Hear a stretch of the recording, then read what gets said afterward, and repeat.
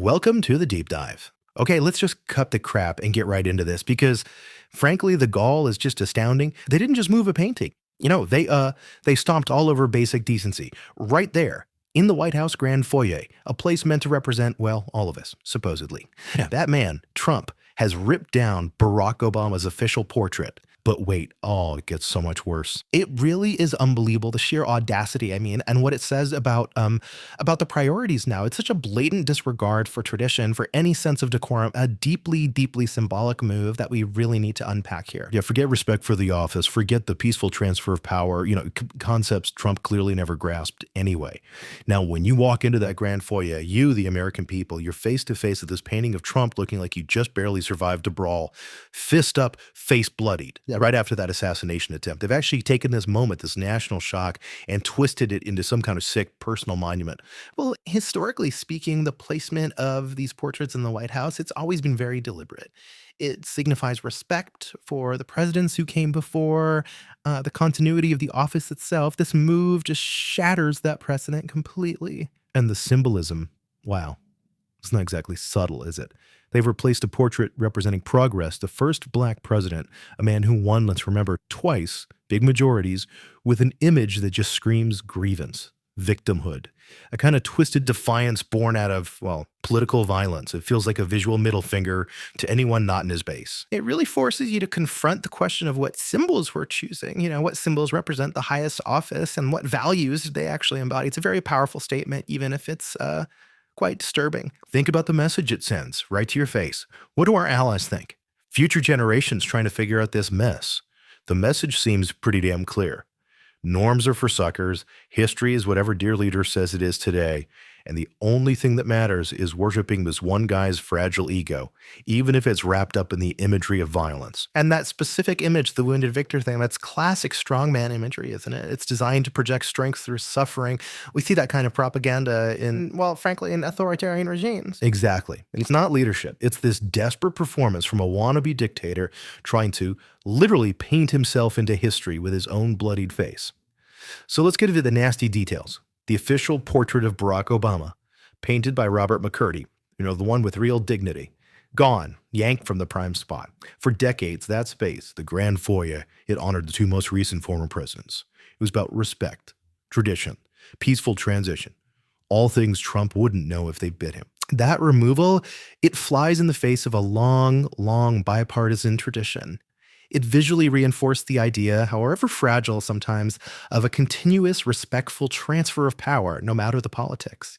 It was a symbol of, dare I say, unity. And when this replaced it, this piece by some Florida artist, Mark Lipp, it's all about that July 2024 rally, the shooting, the chaos, Trump playing martyr with a bloody face. And here's the kicker.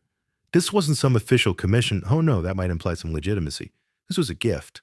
A damn gift from Andrew Pollack, a hardcore Trump ally whose daughter tragically died in the Parkland shooting. You see the setup here, right? The fact it wasn't official, that it was a gift from someone so politically aligned, it immediately taints its presence, especially in such a historically significant place. It just bypasses any sort of objective vetting process. And the lie they're spinning, that Obama's portrait was just moved to another place of prominence across the hall. Prominence. Seriously. They shoved George W. Bush's portrait further down, practically next to a staircase. That's not prominence. That's a deliberate insult, a demotion. It's petty, vindictive, historical revisionism trying to make their guy look bigger by diminishing others. That term prominence is clearly being stretched beyond recognition here. Moving a portrait out of the central display, displacing others, it signals a very clear, very intentional shift in, well, perceived importance. And was there a ceremony? Some bipartisan event showing respect for the office, like when President Biden hosted the Obamas for their unveiling in 2022. Of course not. Trump doesn't do respect. He does self-promotion. This was done quietly, sneakily, a backhanded way to assert dominance without any of the grace or dignity the presidency is supposed to represent. Right, and the absence of any bipartisan acknowledgement just highlights how divisive this whole thing is. It underscores the lack of respect for presidential norms, for the institution itself. And look, this isn't some isolated incident, is it? Remember his first disastrous term.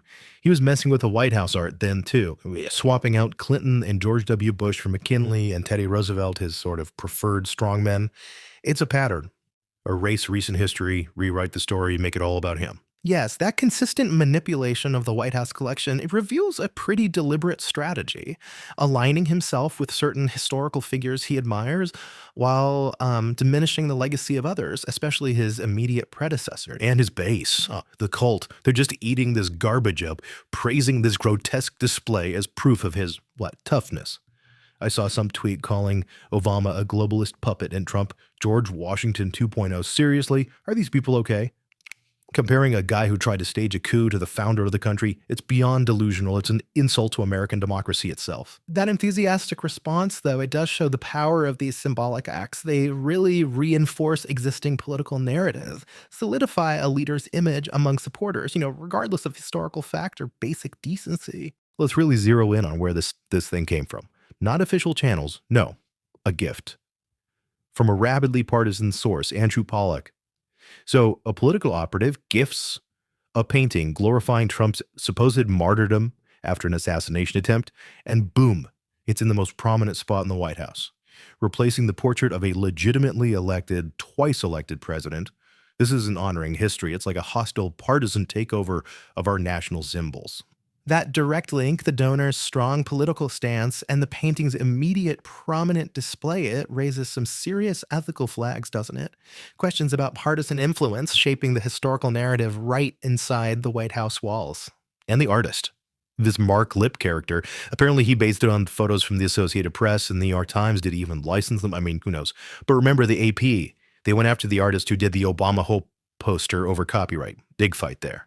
But I guess Trump and his buddies, they operate under different rules. Laws are for little people. Shocker. The potential copyright issue just adds another layer of, well, impropriety to the whole affair. Suggests a real disregard for legal norms, for the rights of photographers and news organizations. They call this image resilience. Resilience. I call it the most disgusting, shameless exploitation of a violent tragedy imaginable. A person died at that rally. People were injured, traumatized. And Trump's takeaway, let's make it about me.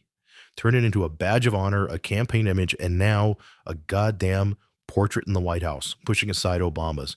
The narcissism is just breathtaking. Using a moment of such violence and loss as the subject for essentially a self-glorifying portrait in that location, it shows a profound lack of sensitivity, a lack of respect for the victims, for the gravity of what actually happened that day, and the hypocrisy.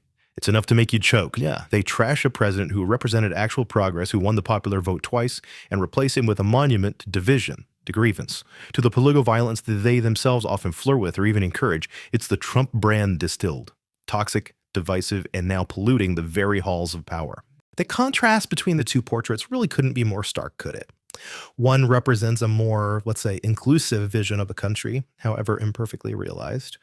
The other focuses entirely on a moment of conflict, on individual grievance portrayed as strength. It says a lot about their differing approaches to the presidency. Anyone with eyes can see what this is. It's fostering a damn cult of personality.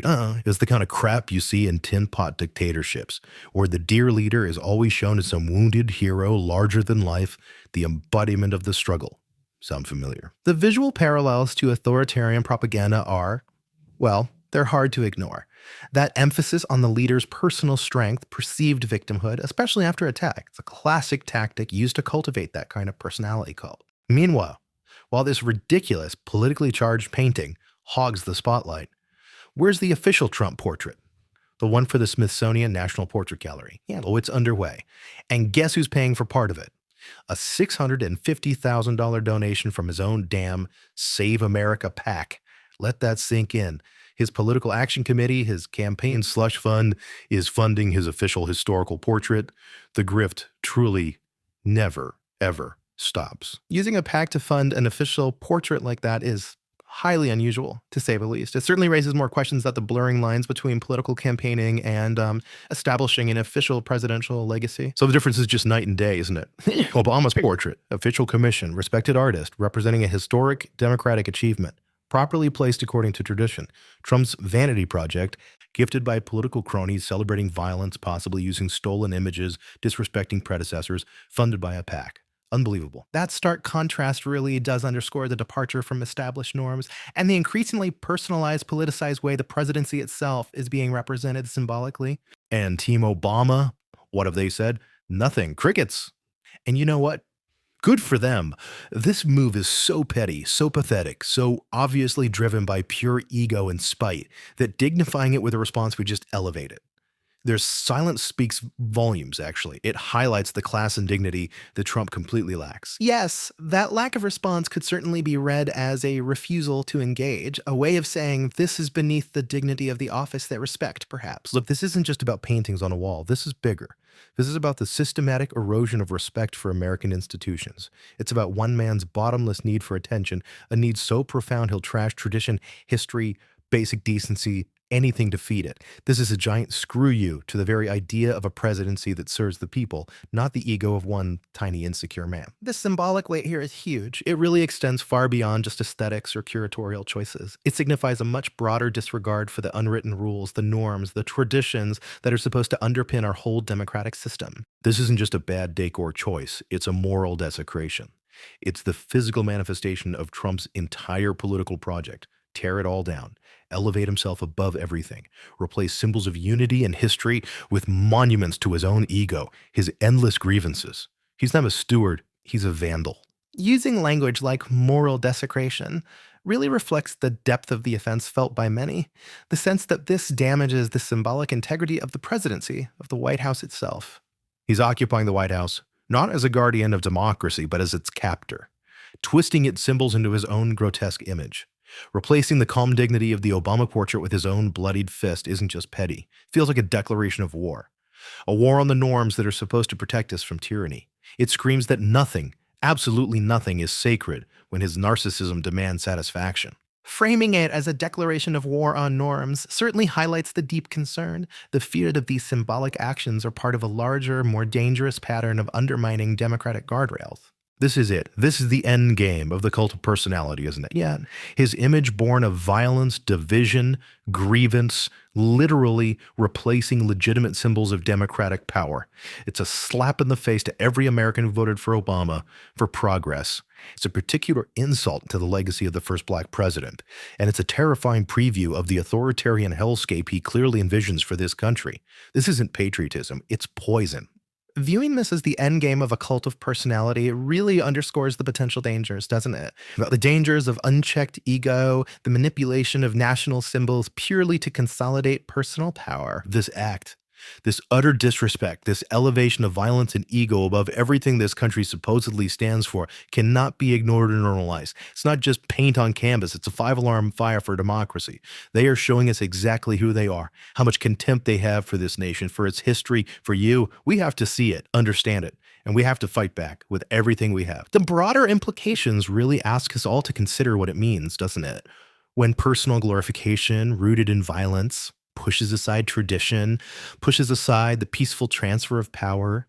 How does reshaping our symbols like this affect how we see our history, the presidency itself? It's not just a painting, it's about the values, the vision being enshrined right there in the people's house. Stay informed, stay angry, keep listening to the Deep Dive Report Show. Like this video, subscribe to the channel, hit that damn notification bell so you don't miss the next outrage. We'll catch you on the next breaking story. And believe me, with these clowns in charge, there will always be another one. Throw the bums out now.